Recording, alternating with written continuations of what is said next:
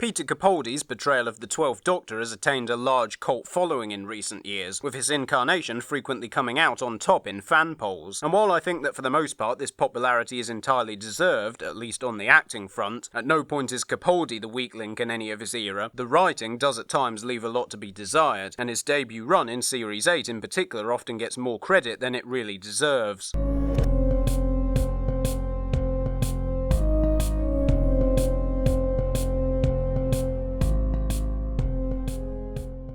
Chris Chibnall frequently shoulders the blame for the current low viewing figures of Doctor Who, and while the show being the way it is at the moment probably hasn't helped matters at all, I'd argue the decline had already started well back into the Moffat era. Well, I mean, when you look at the ratings chart, it objectively had. Now, I'm by no means a proponent of the fallacy promoted by NMDs that bad ratings automatically equals poor quality. However, I do believe the particular manner in which Series 8 misses the mark played a large part in alienating the more mainstream audience of Doctor Who. You see, head writer Steven Moffat was very keen to use the advent of a new, older actor in the lead role as an opportunity to reinvent the tone of the show, which isn't a bad idea in itself. However, the main theme of all the lead-up promotional material was that this new era of Doctor Who was going to be quote-unquote darker, a word which should immediately be setting off alarm bells for reasons we'll get into shortly. Series 8 casts the Doctor as a cynical, morally ambiguous figure with a story arc that revolves around him questioning whether or not he is a good Man Clara. Now, I'm just going to say right off the bat that as a premise for a series arc, this is, at best, risky to pull off. And that's if I'm being charitable. Because the thing about presenting the Doctor as morally questionable is that it's pretty much completely antithetical to everything we know about them as a character. Like, you Series 8 defenders do realise that taking moral stances and caring about things is basically one of the Doctor's most consistent defining traits. I'm not saying the idea can never work, but it certainly doesn't help that coming off the back of the 50th anniversary special, it just feels like totally the wrong time to be doing this kind of arc within the thematic progression of the show. As much as I do appreciate the genuinely mature message of Mummy on the Orient Express that sometimes the only choices you have are bad ones, the very existence of Day of the Doctor completely undermines that message, because according to that episode you don't have to choose, and even if you mess up you can just go back in time and put everything right because nothing has any consequences. Anyway, my point is that having just saved Gallifrey, at least from the audience's perspective, it makes little thematic sense for the Doctor to be moping around about having to make impossible choices.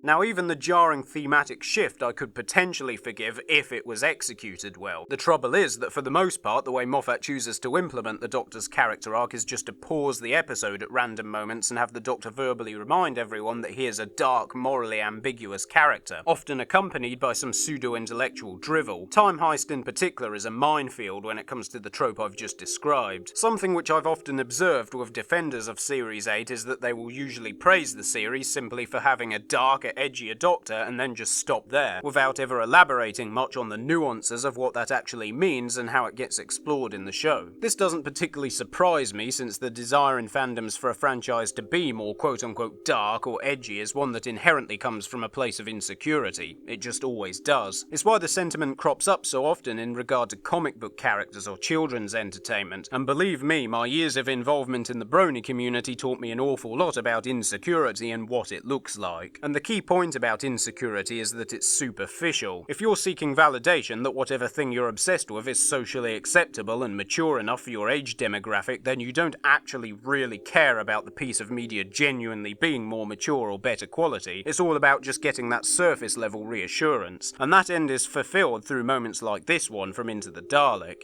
I'm Miss Clara. Yeah, my Clara. She can, so I don't have to. See, although that line may not convey anything remotely meaningful about the Doctor's character, it does serve as an eye wink to certain members of the audience to say, hey, don't worry, this is totally a serious grown-up show that you're allowed to be a fan of. Now you can go and tell all your mates about how Doctor Who is totally not just a kids' show. Of course, to the rest of us who aren't afflicted with such an insecurity complex, including myself, and I dare say most of the more casual audience who can enjoy Doctor Who as a bit of fun, light-hearted entertainment, without requiring a morally ambiguous darker Doctor or joy-sucking domestics with Clara in the TARDIS every 5 minutes to feel validated, lines such as this one from Into the Dalek just come off as jarring, out of place, and out of character, which is what they are. And these moments are littered throughout Series 8 like a plague, even infringing on legitimately good stories like Flatline plotline. It's really very distracting. Now, for all that I've just said, the Am I a Good Man Clara arc isn't entirely superficial, though I can't help but feel it'd be better off if it was, since any time it does get crowbarred into the actual plot of an episode, it is usually done horribly. But to fully explain the multitude of ways these episodes backfire really requires laser focusing on each one individually, and so for that reason I'm going to be releasing a whole bunch of Series 8 reviews in the weeks ahead, assessing them through this lens. So if this video has piqued your interest, then I suggest now is a great time to make sure you've subscribed and hit the notification bell, because while it may not be the trip of a lifetime, it is certainly going to be a trip. I'm Midnight, and I just lost my train of thought.